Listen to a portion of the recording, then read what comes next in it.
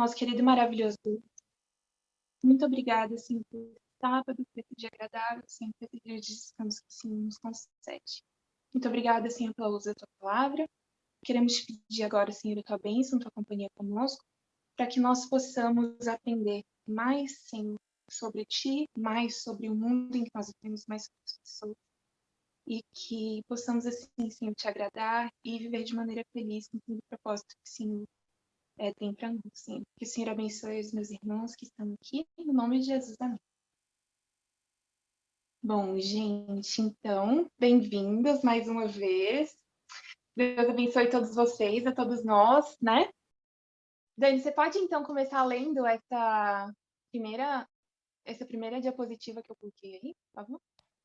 O tratado do início do século II sobre o Didache, que influenciou o pensamento dos primeiros teólogos, inclui numa lista de mandamentos: não corromperás rapazes. Davi de Grimberg cita-o como um exemplo dos primeiros escritos cristãos que eram inequivocamente contrários à prostituição masculina e à pederastia, provavelmente as formas mais visíveis de homossexualidade no seu tempo. Tá, obrigada, Dani. Então, por que a gente leu esse textinho? Porque o que a gente vai ver hoje é a visão da Igreja Católica com relação à homossexualidade, e a gente vai ver isso através de uma linha no tempo. Então, esse primeiro tratado esse tratado de Daquê, ele foi um primeiro posicionamento da Igreja cristã com relação ao que eles interpretavam que era a homossexualidade. A gente vê aqui que o Dani leu sobre a pederastia. Vocês lembram o que é a pederastia? Se alguém quiser falar, pode falar agora. A pederastia, ela é aquela prática que nós vimos com a Tess, né, que acontecia na Grécia, em que homens maiores eles tinham relações sexuais com jovens púberes ou adolescentes. Então, a isso se refere a pederastia. Então, a igreja cristã, nessa época, interpretava isso como sendo homossexualidade. A gente compreende que essa prática não tem a ver com a homossexualidade que a gente defende hoje, que a gente fala, e que durante toda a história do mundo houve, né, de pessoas que são atraídas por pessoas do mesmo sexo. Mas essa, então, era a interpretação que a igreja fazia nesse momento, e eles já colocaram aí nessa Didaquê, que é como se fosse um escrito apócrifo do século I ou II, ali bem do comecinho, que é conhecido como o estudo dos apóstolos, ou a posição dos apóstolos, mas se sabe, com senso comum, que não foram os apóstolos que escreveram. Então, a gente tem aqui essa primeira posição na Idade Antiga do Didaquê, não corromperá os rapazes, mas isso se referindo à pederastia.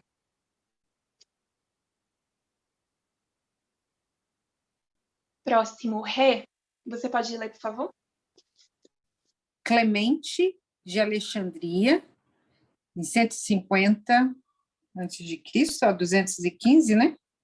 Repreendeu os pagãos por adorarem deuses que se entregaram ao delírio dos rapazes. Obrigada. Eu vou te pedir para você ler o seguinte também, tá? Então fica preparado. Esse Clemente de Alexandria e outros homens que eu vou colocar frases deles aqui, eles tinham uma influência muito grande sobre a igreja no momento. Por isso que eles estão sendo citados. Nesse momento, ele também se referia às práticas gregas e à pederastia. E o próximo? Eusébio de Cesareia, 260, 265 a 339 e 340, escreveu sobre Deus, tendo proibido todo casamento ilegal e toda prática indecorosa, e a união de mulheres com mulheres e homens com homens. Sim, obrigada. Então, aqui a gente vê que ele coloca, então, a união de homens com homens e mulheres com mulheres como casamento ilegal. E que isso era instituído por Deus. Basílio de Cesareia e outros, em 339 ou 330 a 379, foi um dos primeiros a falar de penas, aconselhando numa carta que aquele que for culpado de indecência com os homens estará sob disciplina ao mesmo tempo que os adúlteros. Uhum. Obrigada. Nada. Então, aqui ele coloca como indecência, e ele é o primeiro a falar de pena, de penalidade. John Chrysostom, arcebispo de Constantinopla, foi particularmente vocalista sobre o tema da homossexualidade odiosa.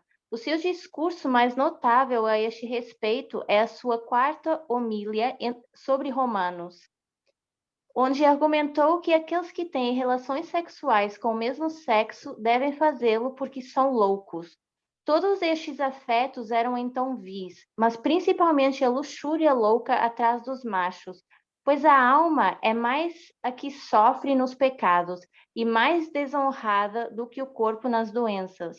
Os homens têm feito um insulto à própria natureza, e uma coisa ainda mais vergonhosa do que estas é quando até as mulheres procuram essas relações sexuais, que deveriam ter mais vergonhosa do que os homens.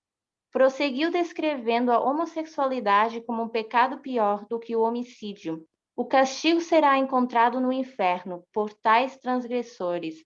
Observou que as mulheres também poderiam ser culpadas do pecado tanto quanto os homens, embora os primeiros adicionalmente perturbassem a hierarquia patriarcal através de atos como tal. Chrysostom acreditava que o parceiro passivo masculino tinha efetivamente renunciado à sua masculinidade e se tornado mulher. Tal indivíduo merecia ser morto, expulso e apedrejado.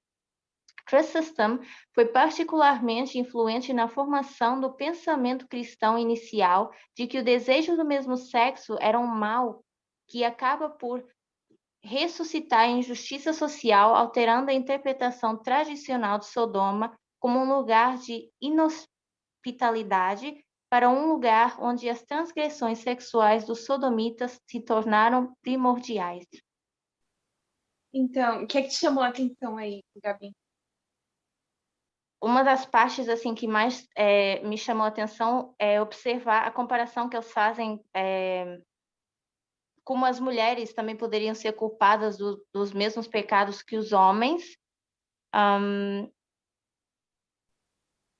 Então, a gente vê que tem, tipo, era tanto de homens, uma prática realizada por homens ou por mulheres também, né? Mais alguma coisa? Tá. O que eu destaquei aqui para vocês foi a questão, né, que ele falou, já comparou com a homossexualidade com uma loucura, com um afeto vil, com um pecado maior do que o homicídio.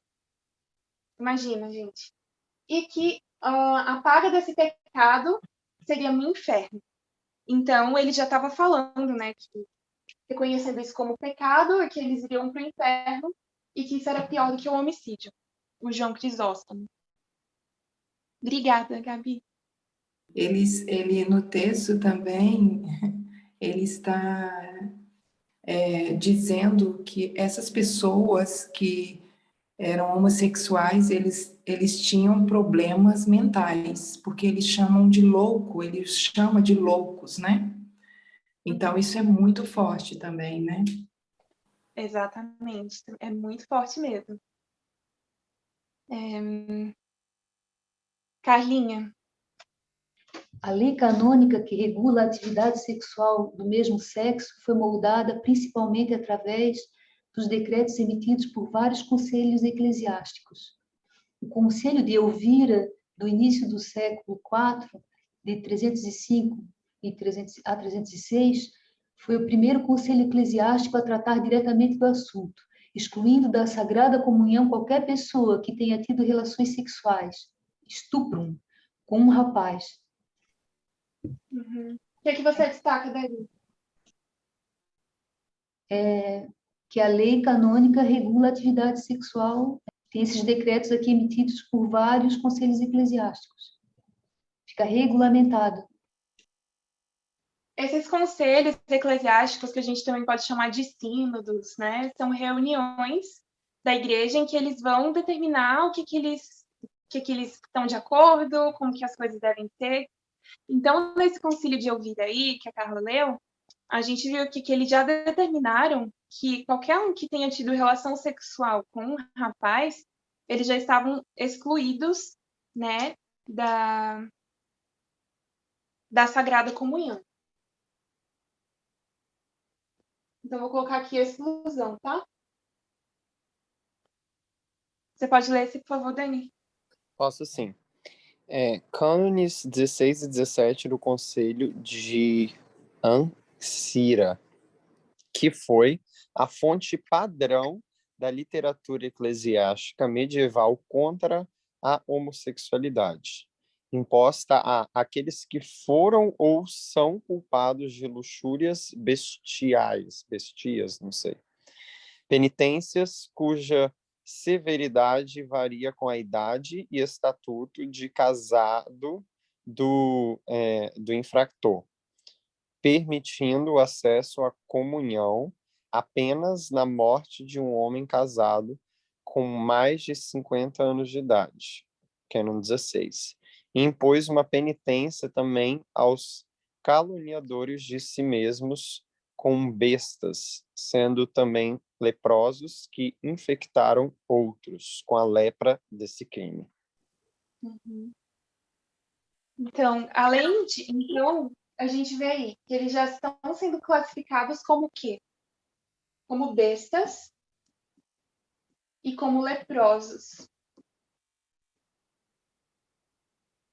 E é interessante que, se você vai ler alguns textos, você vê que esses eclesiásticos, eles também afirmavam de que a homossexualidade era uma doença e que era uma doença contagiosa. Algumas pessoas falavam assim que era uma doença contagiosa.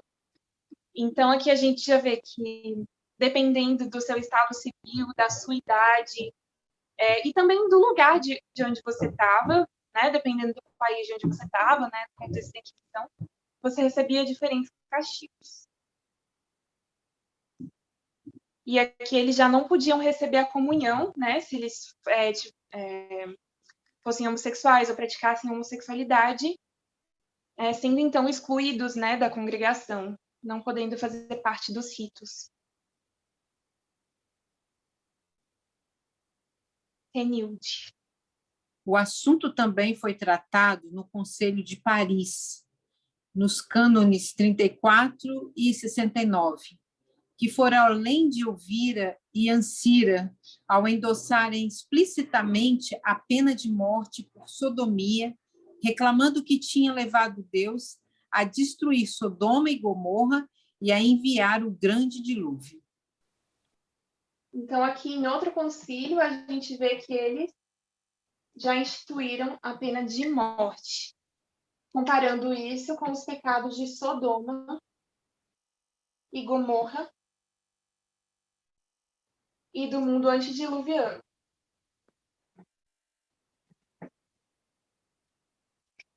Que você vê, a gente pode perceber como essas ideias que eles tinham acabam influenciando a visão que nós temos até hoje. Não é? Coisas que nos ensinaram, coisas que são passadas de geração em geração em diferentes igrejas, sobre a ideia da homossexualidade, como um pecado de Sodoma e Gomorra, que a gente sabe que não é esse, né, o pecado deles. Vamos continuar, então.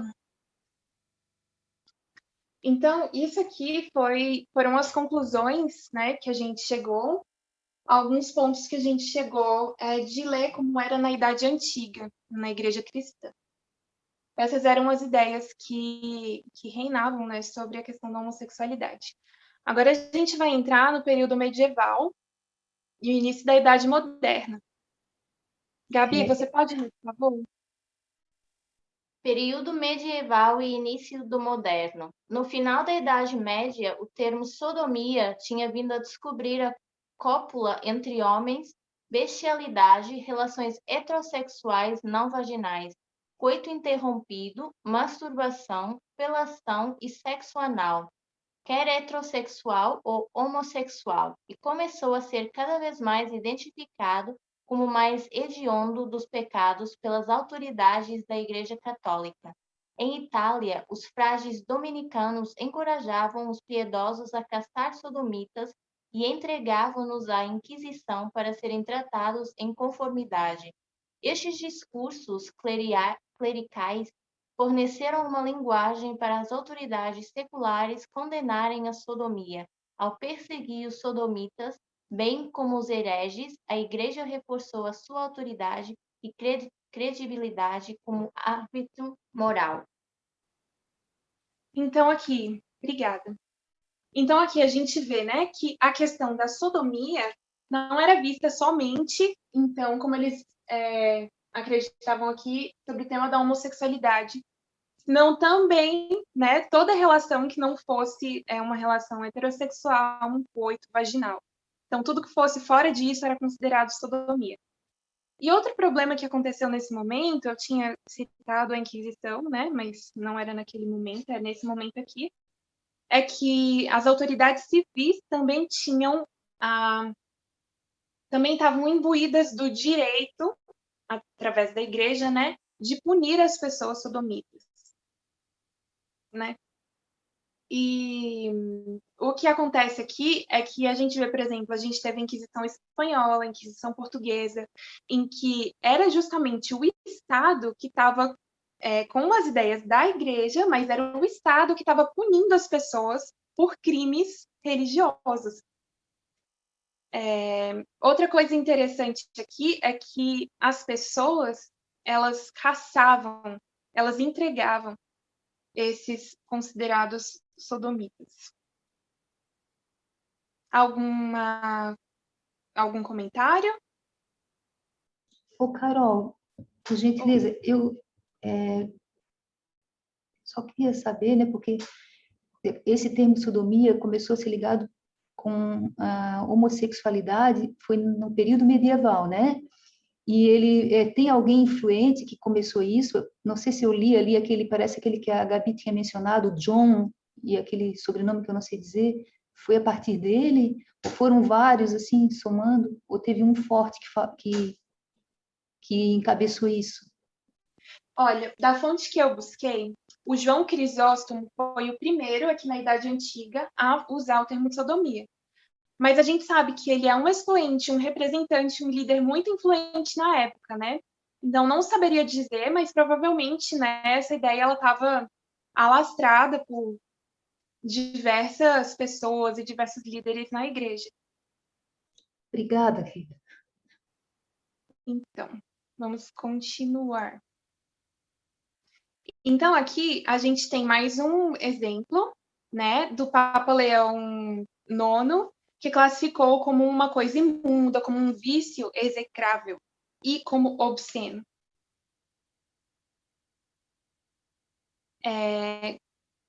Carla, você é a próxima para ler. Cleides escreve: a partir do século XII, as pessoas de fora passaram a ser alvo de ataques verbais e físicos crescentes por parte de homens da Igreja, autoridades seculares e aliadas, e, particularmente no caso dos judeus, dos estratos mais baixos da população. E os judeus hereges, homossexuais e mágicos encontravam-se entre as estranhas mais significativas. Obrigada. Esse estranhos aí que eu coloquei no tradutor e não corrigi, mas é como as pessoas estranhas, né? Como os mais estranhos que tinha na época. Os hereges, os judeus, os homossexuais e os mágicos ou magos. Então, aqui nesse texto, a gente vê qual que é a consequência disso daqui, do posicionamento desses líderes religiosos. Por quê? Eles eram alvo de ataque verbal e físico por parte de homens da igreja, de autoridades seculares também. Então, isso daqui, o que é que gerava? Gerava muita intolerância. E imagina como que essas pessoas viviam, né? E a gente sabe que esse posicionamento por parte de líderes, não importa o momento em que você esteja da história, sempre vai gerar intolerância por parte das pessoas, e essas pessoas vão ser perseguidas, vão ser atacadas verbalmente, fisicamente. E isso destrói uma pessoa, né? Tem algum comentário? Como você disse aí, tudo isso, a partir do momento que começou esse assunto que está ligando a Sodoma, aos antediluvianos, é que isso toma uma proporção gigantesca, né? E agora passa a ser uma discriminação pública, né? Agora, as pessoas que absorveram essas falsas ideias, elas estão... Carolina, desculpa. As pessoas que absorveram essas falsas ideias, elas estão agindo de acordo com isso, né? Então, essas pessoas que estão sendo discriminadas, elas também não podem ter uma vida normal, né? Uma vida segura. Elas estão sendo, então, perseguidas, elas não têm mais um direito civil, né? Então, isso toma uma proporção gigantesca, né? Que é o que a gente vive hoje. Obrigada. Obrigada, Rose. Dani, você tem um comentário? Sim, eu achei interessante só um ponto como você vai trazendo aí desde lá de trás, como que a terminologia que a pessoa vai usando, né, para descrever a prática, e dá para ver como que o ódio é só crescente, é uma coisa que começa, entre aspas, pequena, né? Não, isso a gente... Até porque se a gente for lembrar da história, aí um reino atrás, que era a Grécia, antes de Roma, né? Eles já faziam a prática da pederastia, né? Roma, os imperadores, como o Matias comentou, dos 12 primeiros, só um gostava apenas de mulheres. Então, assim, aí vai crescendo um ódio de uma forma tão grande. Eu achei interessante que a gente está aqui no século, você falou, no século... a gente está ali em 1230. 1230, a gente está aí no século XII, se não me engano, né? E eu lembro uma vez que a gente estava visitando o museu lá dos valdenses, e eles falaram que os valdenses, que estavam aí começando nesse período dessa época, nesses anos aí do século XI, eles foram os primeiros a serem perseguidos, né? Começaram a ser perseguidos pela Igreja Católica.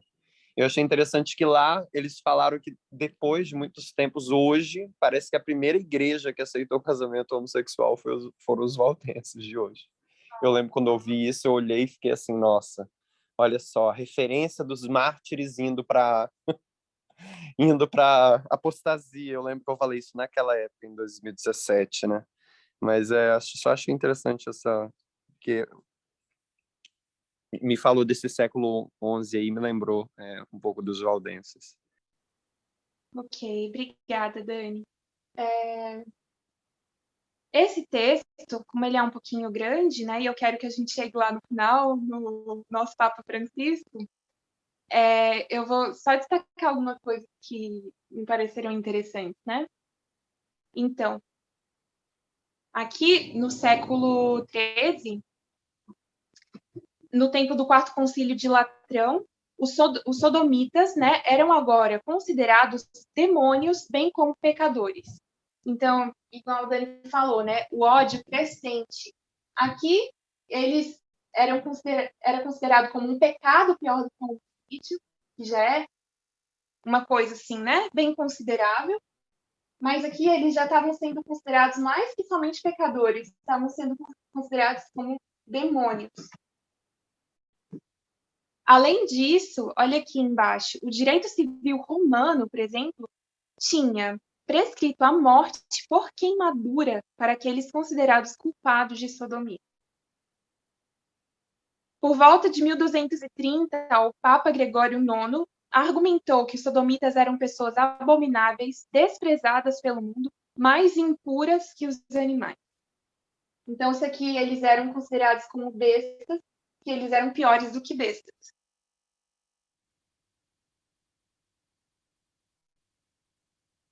Tá, isso aqui a gente já comentou.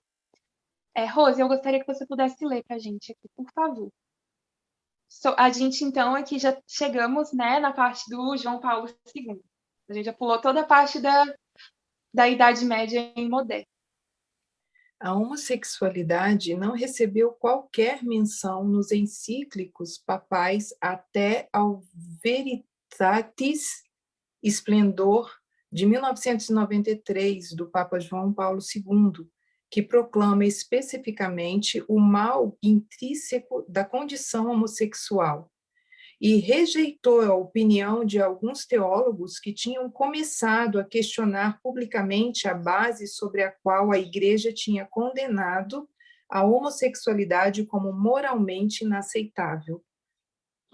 João Cromwell acredita que o pontificado de João Paulo II via cada vez mais a moral sexual como uma preocupação primordial e a homossexualidade, a par da contracepção, divórcio e uniões lícitas, como uma dimensão da cultura da morte contra a qual ensinava e pregava com crescente veemência.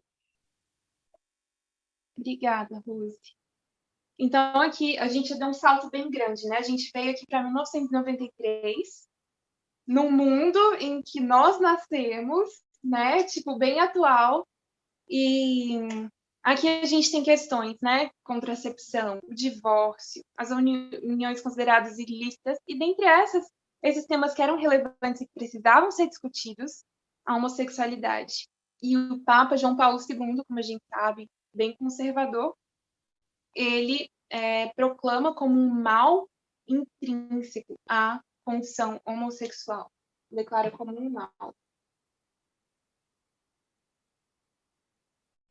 Noelle, você pode ler, por favor? No ensino de João Paulo II, o sexo gay é considerado como uma utilização do corpo do outro, não uma doação mútua no amor familiar expressa fisicamente pelos corpos masculino e feminino.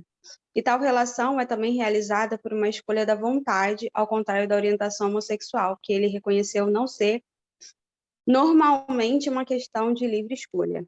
É para ler o próximo também ou para aqui? Pode ler. A 5 de outubro de 79, João Paulo elogiou publicamente os bispos dos Estados Unidos por declararem que a atividade homossexual, como distinguida da orientação homossexual, é moralmente errada. Obrigada. Eu acho que aí já dá para a gente resgatar, né, esses pontinhos. Então, o que me chamou a atenção foi isso aí que eu marquei para vocês, né? Então, ele está falando que a homossexualidade não é questão de livre escolha. Gente, por que não? Eu não entendo realmente por que ele disse isso. Porque são duas pessoas adultas que estão escolhendo ter aquilo ali, sabe? Então, ele fala que é uma questão de livre escolha e ele também fala que isso é moralmente errado. Que é uma questão moral. Que estaria deturpada, né, na pessoa.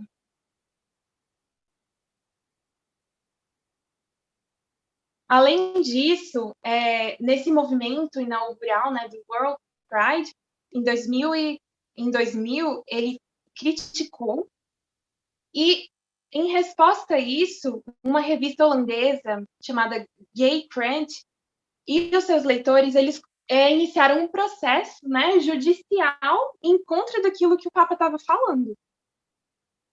Só que o que acontece? Por quê? Né? Aqui ele falou o sexo gay é contrário às leis da natureza, coisas que ele afirmou que são coisas bem preconceituosas e que geram uma intolerância terrível, como a gente tinha visto naquele exemplo, né? Olha só o que eles falavam, dá origem à ódio e discriminação de certos grupos de pessoas, em violação da lei holandesa, né?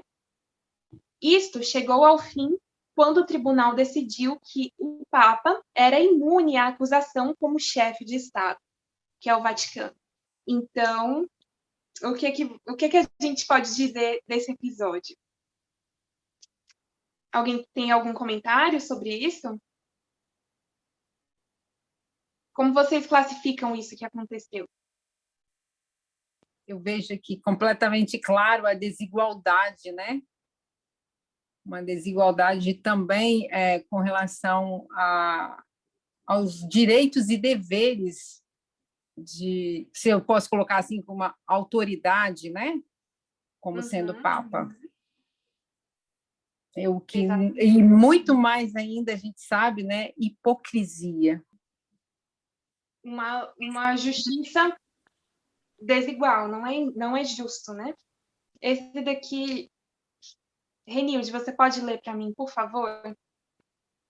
No seu último trabalho pessoal, Memória e Identidade, publicado em 2005, João Paulo II referiu-se às pressões sobre o Parlamento Europeu para permitir o casamento homossexual.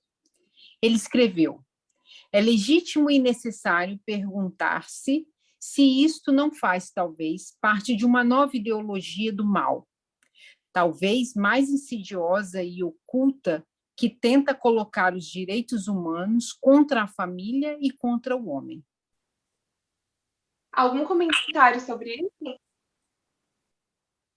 Vocês já perceberam que existem pessoas e movimentos que falam mal dos direitos humanos? Então, olha só o que ele está falando. Colocar os direitos humanos contra a família e contra o homem. Isso se dá por uma ideia de família, né, que, assim, na nossa linha, o que Deus trata de restaurar é o matrimônio. Na história alfa de Israel moderno, Deus restaurou o sábado e agora o matrimônio, as duas instituições gêmeas do Éden. Aqui é claro que ele tem uma ideia equivocada do que Deus está trazendo para nós, do que é uma verdadeira família, um verdadeiro matrimônio. E ele está e através dessa falsa ideia do que é uma família, ele começa a entrar em teorias de quê? De conspiração, em falsas ideias, em interpretações deturpadas das coisas. E é isso que faz com que muitas pessoas venham a falar mal, por exemplo, dos direitos humanos. Agora a gente vai ver um pouco do que falava o Bento XVI, né? Que a gente sabe que também é um papo conservador, bem conservador. Em 9 de março de 2012, o Papa Bento XVI, denunciando as poderosas correntes políticas e culturais que procuram alterar a definição legal do casamento, correntes que o Washington Post descreveu como uma mudança cultural para o casamento gay nos Estados Unidos da América, disse a um grupo de bispos dos Estados Unidos na sua visita ad limia a Roma, que o esforço consciencioso da Igreja para resistir a esta pressão exige uma defesa racional do casamento como instituição natural que consiste numa comunhão específica de pessoas, essencialmente enraizada na complementaridade dos sexos e orientada para a procriação. As diferenças sexuais não podem ser rejeitadas como irrelevantes para a definição de casamento. Obrigada. Então, aqui, ele dá uma definição do que ele interpreta ser o casamento. E ele fala que essa mudança que está acontecendo, na verdade, é uma questão o quê? Cultural. Ele não enxerga isso como sendo algo que faz parte da natureza do homem, que é intrínseco ao homem, mas que são uma questão de cultura. e que é necessário, dentro do casamento, a complementariedade dos sexos, ou seja, um homem e uma mulher. Eu coloquei os dois aqui de azul porque eles têm um pensamento muito parecido, né? Trazendo sobre a questão da família, esse aqui falando sobre os direitos humanos.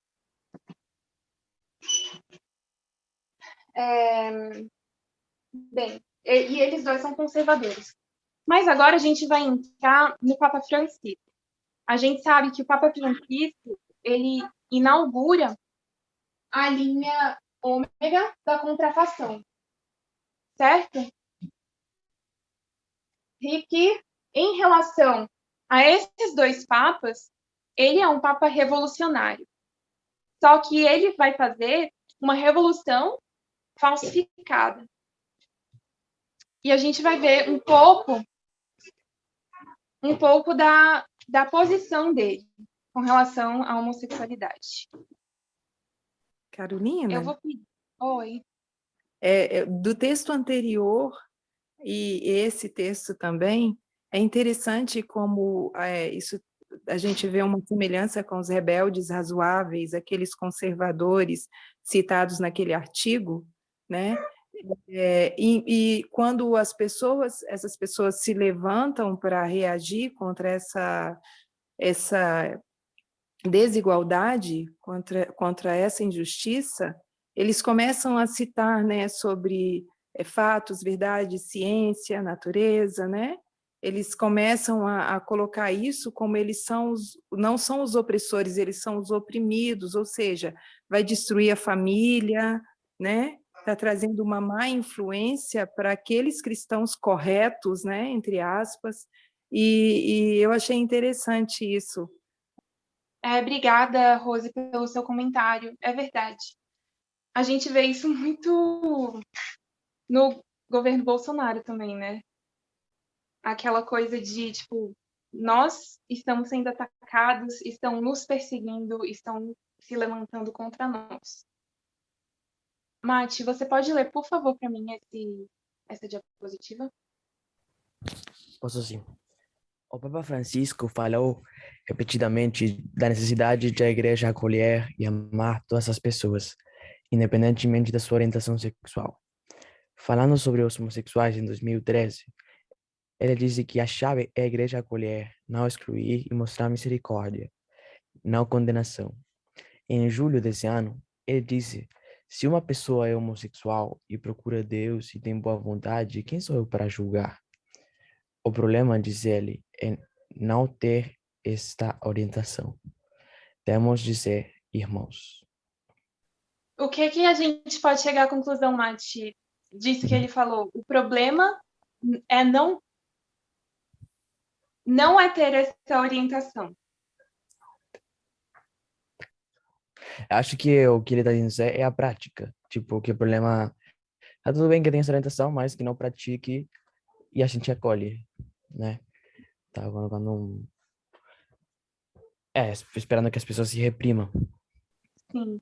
Então, aqui ele fala de acolher, ele fala que não é pecado ter a orientação, né?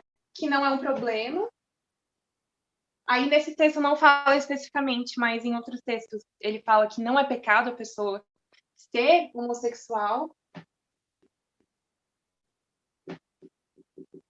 Então, não é pecado ter orientação. Porém, ele fala que, como você disse, que Acho que ele é contra a prática, que as pessoas se reprimam. Isso. Então, contra a prática da homossexualidade. Então, igual você falou, né? Que eles se reprimam. Então, aqui, em outras declarações dele, a gente vê aqui que uma pessoa, que ele fala que uma pessoa é homossexual, você acha que ele sendo gay, ele chegar perto de Jesus, Jesus vai dizer, vai-te embora porque você é homossexual? Não, ele está falando que isso não acontece. E ele também falou que isso não deve ser visto como uma doença. Então, aqui ele tem mais um ponto positivo, que ele declara não é doença. E por que isso é importante? Porque a gente vê, né, que ele, como sendo um líder mundial, as declarações que ele faz tem um impacto grande sobre como as pessoas veem as coisas. Porque muitas vezes, né, existem pessoas que têm fé nele como sendo o líder, né, da Igreja de Deus, que esperam afirmações e passos para que ele possa abrir o que as pessoas vão pensar, vão acreditar e que vão deixar de acreditar.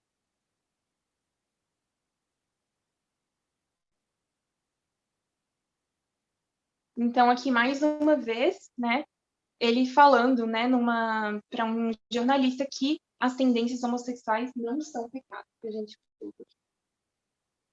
Então, tudo isso que eu falei para vocês até agora, vocês podem encontrar isso muito mais, inclusive de movimentos que dentro da Igreja Católica, como tudo aconteceu, e muito mais detalhe, nesse Wikipedia aqui.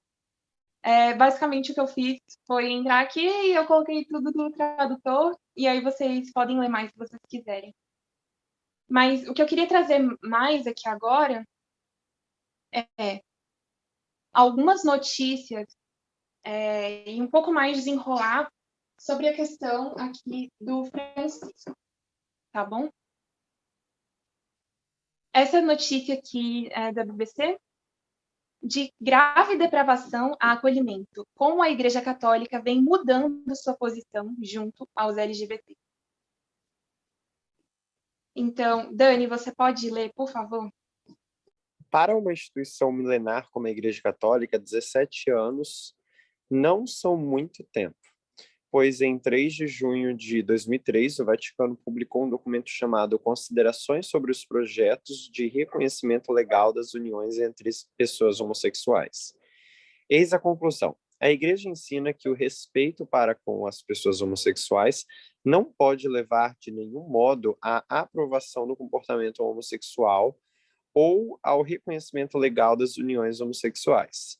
O bem comum exige que as leis reconheçam, favoreçam e protejam a união matrimonial com base da família, cédula primária da sociedade. Reconhecer legalmente as uniões homossexuais ou equipará-las ao matrimônio significaria não só aprovar um comportamento errado, com a consequência de convertê-lo num modelo para a sociedade atual, mas também ofuscar valores fundamentais que fazem parte do patrimônio comum da humanidade. A Igreja não pode abdicar de defender tais valores para o bem dos homens e de toda a sociedade. Os homossexuais têm... tá. Se você pudesse resumir isso para mim em poucas palavras, o que você me diria? Eles estão querendo... Eles têm uma visão de família baseado no como Deus instituiu, e eles querem manter essa visão como sendo a única opção. E qualquer coisa fora disso seria errado na visão da Igreja. Como Deus instituiu na sua literalidade, né? Isso. Porque se a gente está tratando de resgatar aquilo que Deus instituiu, a gente não pode dizer que o que a gente está defendendo está errado. Tá. Então, a que você falou, visão de família. Que eles têm. Eu estou colocando aqui desse lado as coisas que seriam a favor dos direitos dos homossexuais e essas coisas que estariam em contra. Certo? Outra coisa que fala aqui nesse texto, que é muito importante, que nunca eles poderiam participar de um matrimônio, certo? Então, não pode levar de modo algum a aprovação do comportamento homossexual ou o reconhecimento legal das uniões homossexuais. Então, eles não podem praticar e não podem casar. Celibato. Então, mais aqui para frente, ele fala assim, os homossexuais eles têm direito a estar em família, porque são filhos de Deus. Só que o que ele propõe aqui nesse último parágrafozinho? a Lei de Convivência Civil. Muito possivelmente, o Sumo Pontífice estava se referindo a modelos de legislação de união estável, pois na legislação da Argentina o termo é literalmente união convivencial. Ou seja, ele está propondo aqui uma união, uma proteção dos direitos a nível civil, mas não a nível da igreja. Isso eu vou colocar como algo positivo. Porém, eu vou colocar também como negativo eles não poderem se unir na igreja. União, eu vou colocar eclesiástica.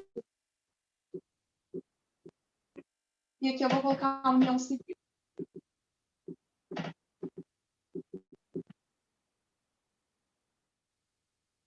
Aqui, a outra notícia da Folha de São Paulo. O Vaticano diz que fala do Papa sobre a união de homossexuais foi tirada de contexto. Quando ele deu quando ele falou isso em outubro do ano passado, dia 2 de novembro, saiu essa notícia. O Vaticano afirmou em nota que uma fala do Papa Francisco sobre casais homoafetivos, que veio à tona em outubro, foi tirada de contexto ao circular pelo mundo e que não representa mudança alguma na doutrina da Igreja Católica em relação aos homossexuais e ao casamento gay. Então, aqui, basicamente, o que ele está falando, tudo o que ele disse até agora, sejam legais, acolham, sejam gentis, eles são pessoas, são filhos de Deus, mas a nossa doutrina não muda.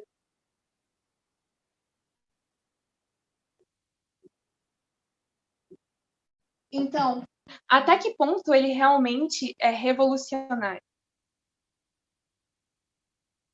Se a gente vê que o nosso movimento, ele acolhe a luz do céu, né? Para cada marco, Deus está trazendo luz para nós. E a gente sabe que o espírito do verdadeiro cristianismo é você caminhar cada vez mais na luz que Deus está mostrando. E isso faz com que a gente deixe coisas para trás, tradições, que a gente deixe falsas ideias para trás. Então, por mais que quando as pessoas olhem para isso aqui e achem que o Papa está sendo realmente muito revolucionário, o que é para essa igreja, porque ele foi o primeiro a falar a palavra gay publicamente, na verdade, o que ele está mudando? Qual é a mudança efetiva que ele está trazendo para essas pessoas? Não muda nada. Então, é isso que esses jornais, o que essas notícias vêm trazendo, que ele está trazendo mensagens duplas. Por que o Vaticano ataca a lei anti-homofobia na Itália? Will, você pode ler, por favor, isso aqui para a gente? No dia 17, o arcebispo Paul Gallagher, secretário do Vaticano para Relações com Estados, posto equivalente ao de um ministro de Relações Exteriores, remeteu uma carta para a embaixada italiana na Santa Sé, questionando o projeto de lei que criminaliza a homofobia e a transfobia, em tramitação do governo italiano. Pode ler esse aqui de baixo agora, o último.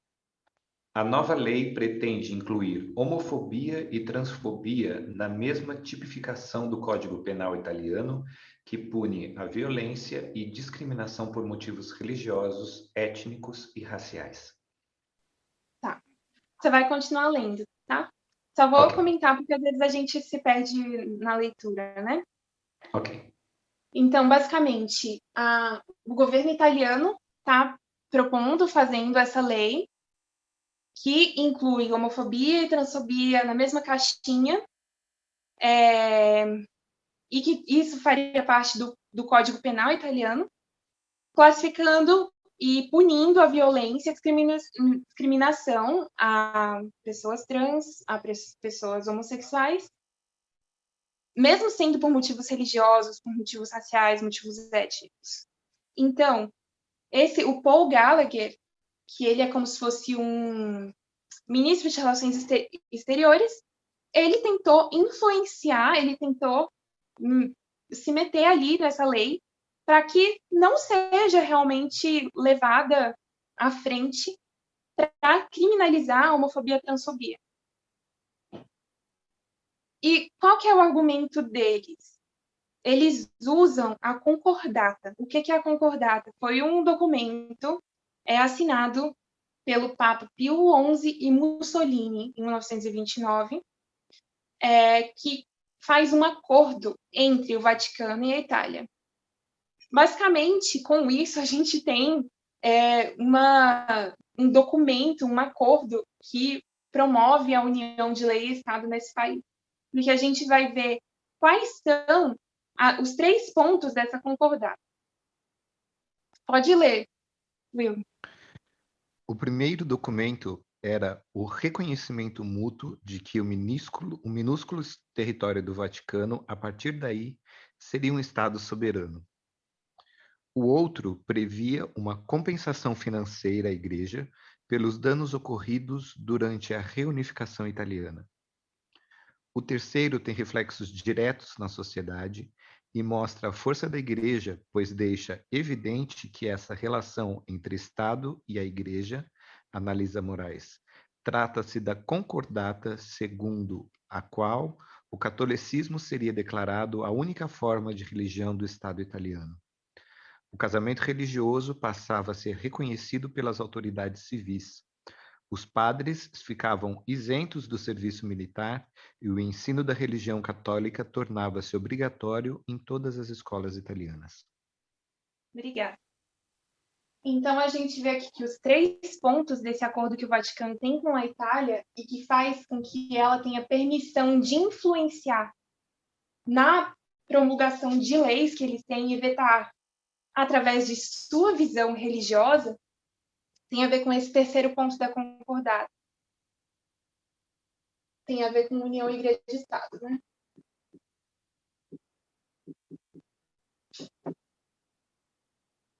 Aqui, nessa notícia na New York Times, o Papa envia mais mensagens mistas sobre os direitos LGBTQ.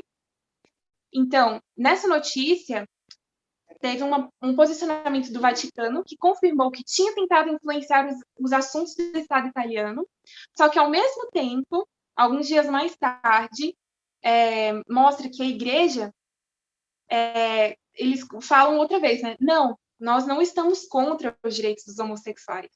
Nós estávamos tentando nos proteger de deixar as crenças fundamentais da Igreja abertas a acusações criminais de discriminação. Então, basicamente, o que ele está falando? Nós não somos contra os direitos dos homossexuais, mas nós não permitimos que vocês protejam os direitos dos homossexuais, porque nós estaremos errados. Então, mensagens duplas. A gente vê que a gente tem aqui uma bagunça, né? Bagunça, confusão, é o quê? Como é que a gente pode chamar?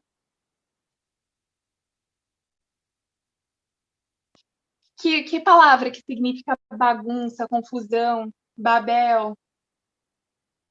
Babilônia, né? E o que a gente espera de Babilônia, senão que age como Babilônia?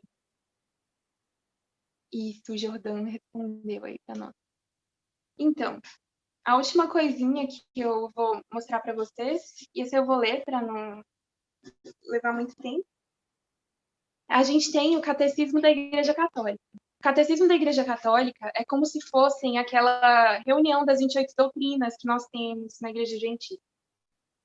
Então, aqui no parágrafo 2357 a 2359, eles têm a posição deles sobre a homossexualidade. Então, a primeira coisa é que, aqui, apoiando-se na Sagrada Escritura, que os apresentam como depravações graves. Então, ele vem trazendo que, através dos séculos e culturas, em formas variadas, a gente viu a homossexualidade, mas que a Bíblia considera isso como uma depravação grave. E, além disso, fala que também é algo contrário à natureza, à lei natural. Que a gente viu, né, que isso está refletido aqui na fala desses papas e desse daqui, só que de uma maneira velada. Ele fala, não, nós acolhemos, nós abraçamos, nós amamos, nós defendemos. Só que, na verdade, não muda nada. A posição deles continua igual. Então, no 2358, essa propensão objetivamente desordenada constitui, para a maior parte deles, uma provação. Então, aqui eles reconhecem que eles estão em sofrimento, mas eles veem isso como uma provação e que eles têm que lidar com esse problema que eles têm. Evitar-se-á, em relação a eles, qualquer sinal de discriminação injusta. Essas pessoas são chamadas a realizar na sua vida a vontade de Deus, se forem cristãs, a unir ao sacrifício da cruz do Senhor as dificuldades que podem encontrar devido à sua condição. Então, é isso daqui, né? Outra prática. Só que o que ele está falando? Levar a cruz. Ele está falando que Deus ele tem poder de transformar a sua condição para que você deixe de ser homossexual para você ser uma pessoa heterossexual. Que diferença nós vemos com essa posição em relação às igrejas evangélicas? Nenhuma. Nenhuma, né? E que diferença nós vemos com essa posição, com a visão que nós tínhamos? Também. Nenhuma. Uma também. Assustador, né? Então, aqui, no parágrafo 2359, as pessoas homossexuais são chamadas à castidade. Celibato forçado. Tá. Então, com essa apresentação,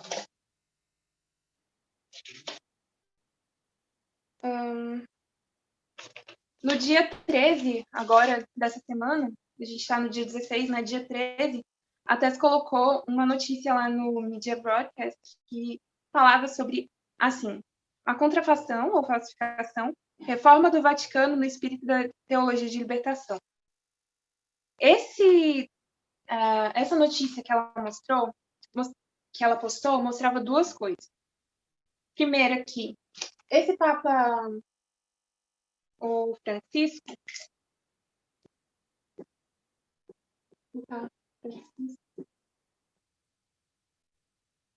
ele propõe uma igreja sinodal. O que é isso? Essa igreja sinodal ela é alcançada por meio de 3 passos: a fase de escuta, a fase continental e a fase universal. Ele pretende, então, na fase de escuta, escutar e ter a participação das pessoas nas igrejas locais. Depois, na fase continental, na reunião de bispos para formalizar as suas conclusões sobre as necessidades das pessoas. E na fase universal, é uma reunião no Vaticano para que possa ser anunciadas quais são essas posições e as conclusões que eles chegaram. Se prevê para outubro de 2023 uma reunião dos bispos no Vaticano. Só que, além disso,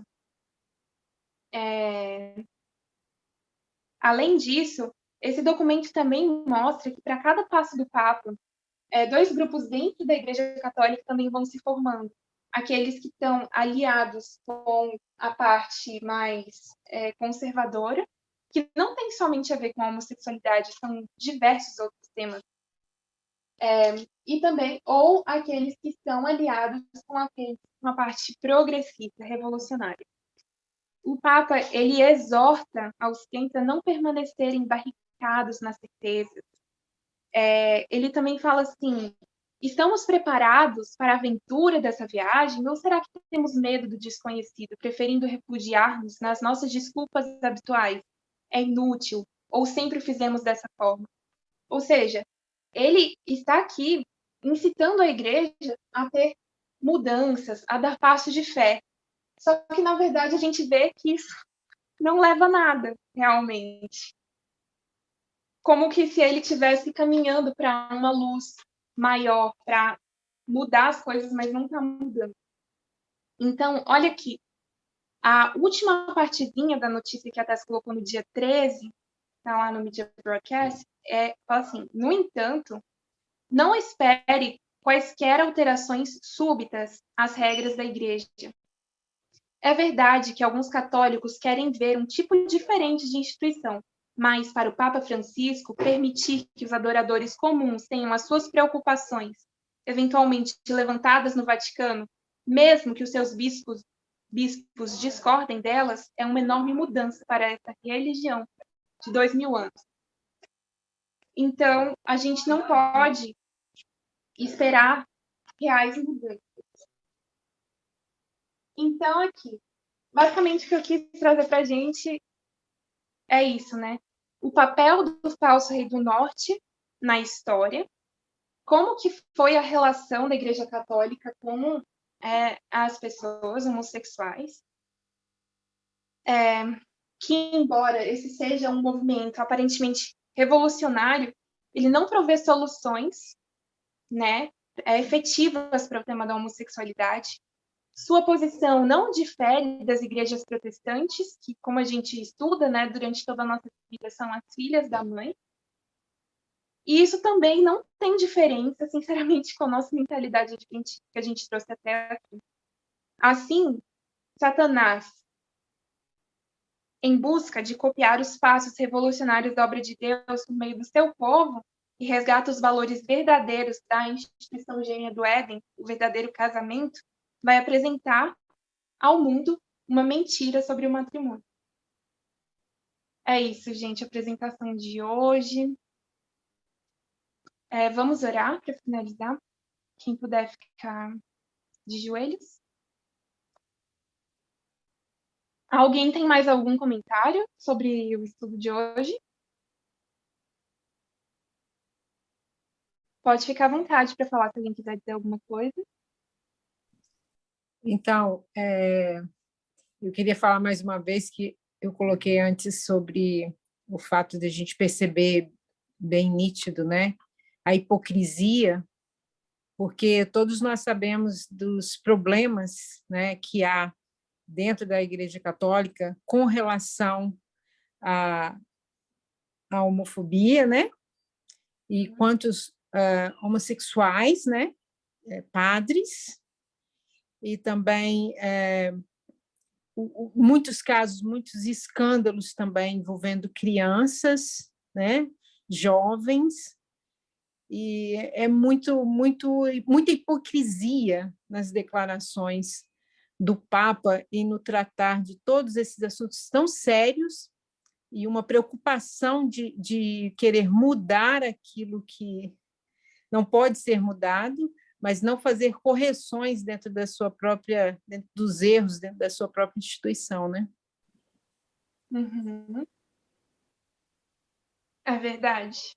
Inclusive, em 2012, creio que parece que, na verdade, assim, eu não quis trazer para o estudo de hoje, mas teve rumores, né? Porque eram rumores, não era nada documentado, e a gente não quer trabalhar com esse tipo de informação. Mas os rumores de que havia dentro da igreja era lobby gay, que papas, que cardeais e que pessoas importantes da Igreja Católica estavam querendo influenciar com ideias de aceitar a homossexualidade por interesses próprios e que o Bento XVI teria deixado o trono por causa disso. Mas, além disso, também a gente sabe, né, dos escândalos, né, que muitos que acontecem, né, reiteradas vezes, e a gente também pode observar em pessoas dentro da Igreja Católica, padres, que a gente percebe que as pessoas são homossexuais e que elas vão para ser padres para se refugiar naquilo ali, que era justamente o que eles propunham na Idade Média, de que pessoas homossexuais que eram da fé, que eles fossem para os conventos, que eles fossem se tornar padres, se dedicar à vida eclesiástica, e que pessoas que não eram da fé, que elas fossem excomungadas. Então, realmente, muita hipocrisia.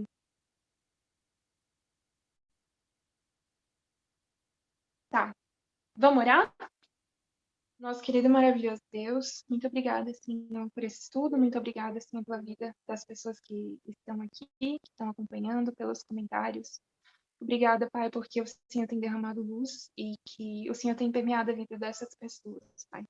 Quero te pedir a tua ajuda, a tua compreensão sobre nós, para que nós possamos estudar, para que tudo fique claro na nossa mente, para que a gente também possa ensinar para outras pessoas, Senhor, qual é a tua vontade e qual é o teu verdadeiro caráter. Queremos pedir, meu Deus, para essas pessoas que sofrem preconceitos, que sofrem por falta de direitos, por serem homossexuais e também por outras condições, meu Deus, que o reino desse mundo não considera como normal ou como plausível, mas que no teu reino, Senhor, são todas acolhidas como pessoas normais que o Senhor criou, assim, que o Senhor nos ama dessa maneira como somos e que não há nenhum problema para o Senhor. Te peço uma bênção especial sobre nesse sábado, sobre a vida dos meus irmãos, em nome de Jesus, amém.